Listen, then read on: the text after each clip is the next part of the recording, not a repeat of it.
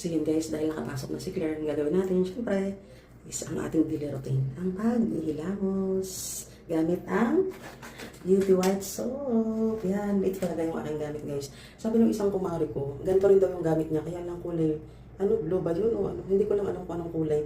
Basta may ibang kulay pa ba ng Beauty White Soap? Yan ang hindi ko lang alam. Basta ito lang ang gamit ko lagi, kulay pink.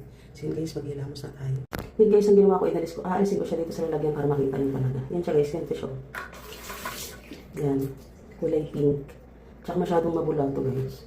Maganda siya. Kasi yung bula niya, yun talaga yung nagbibigay ng whitening.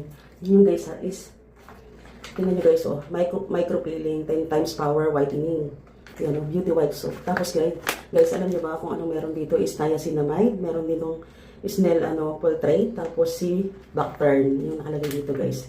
Tsaka malalaman nyo guys, pagka original yung yung Glow Babe is, meron siyang perma dito, tsaka kulay gold yung nakalagay dito guys, yun gold. Tapos may perma ng ng You Glow Babe. Yan nakalagay dito. Yan.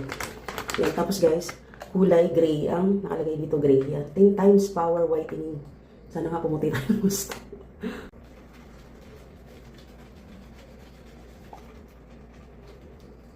Alam nyo guys, malaking tulong din itong pisnit na ginagamit ko. Kasama na talaga to guys dito sa binili ko.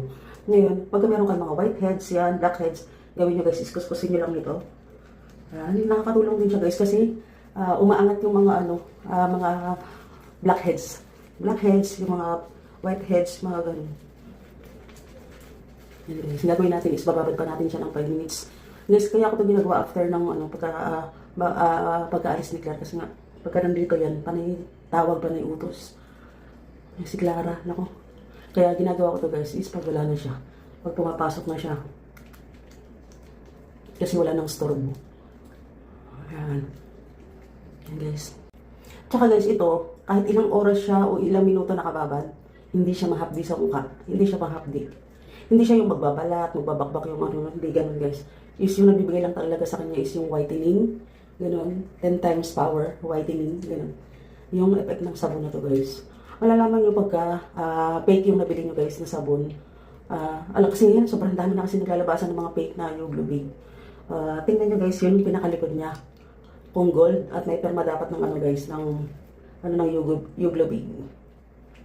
Ng owner talaga. May perma yung nakalagay. Dito guys, yan, nakikita nyo itong gold na to. Yan dito. Hindi nyo masyadong makita. Malabong mata nyo, hindi nyo siya makikita. Dito yung nakalagay guys. May perma ng may-ari mismo ng You Glow Babe. Ng brand na to. Yan dito nakalagay. Tapos kulay gray. Pagka inilawan nyo to guys, pag tinapat nyo sa ilaw is gray yung lalabas.